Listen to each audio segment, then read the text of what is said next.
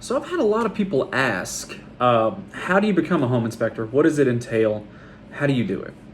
So I figured I'd make a longer video here on YouTube explaining kind of the process as far as the beginning.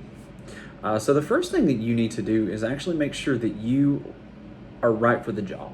Okay, it does require a little bit of physical ability, so you will have to maneuver yourself, for instance, through the home, through the attic, potentially on the roof if you choose to walk on the roof, which is strongly recommended if you can, but if it's not safe, then you wouldn't. If you determine that it is a right fit for you, you're going to take the next step. And basically where you live is you're going to determine what is required for a license if you are in a regulated state.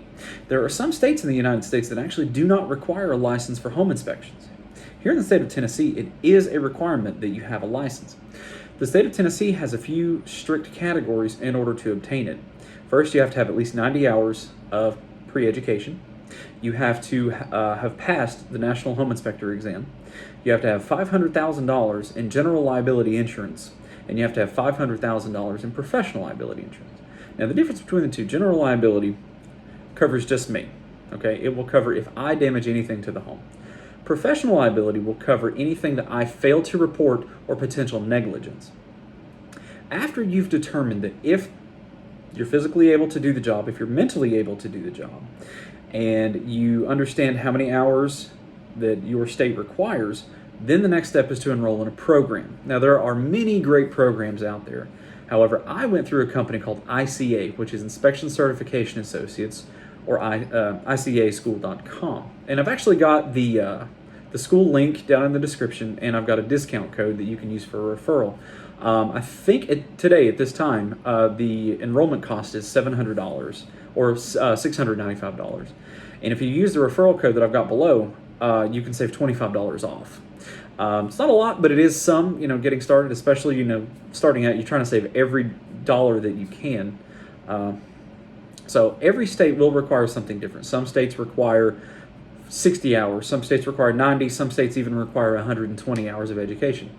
Fortunately, ICA actually works with states, and they are able to determine what education requirement is needed and how to get you there. Once you determine if you want to enroll at ICA, feel free to use the referral code. You will do your modules. Now, I believe there are about 30 of them. Now, it breaks themselves down, from business structures to roofing, HVAC, plumbing, electrical. I mean, it goes very in-depth. Once you complete the entire course, you complete your quizzes, your modules, and everything, they will send you a certificate in the mail that you can actually use to sit for your National Home Inspector exam. The National Home Inspector exam is not an easy test. It does require a lot of self-study, and it does have a pretty decent fail rate. I know some inspectors that have failed it twice and then finally passed it on their third time. So once you determine all of that and you're ready to do it, you can enroll, you can do your courses, you pass your exam, now what? Fortunately, the program through ICA covers the basic tools, what you're going to need to get started, and it kind of gives you a foundation, pun intended. So once all of that's completed, then you kind of go on your own. The benefits of the job, you get to make your own hours, you get to build your own pricing, you get to choose when and where you work. It's more beneficial for me to work for an individual firm when I first got started than a multi-inspection firm. They both have their pros and cons. So the individual firm pros, you're your own boss, you do your own schedule, you make your own money. Individual cons, you do not get any lead generation.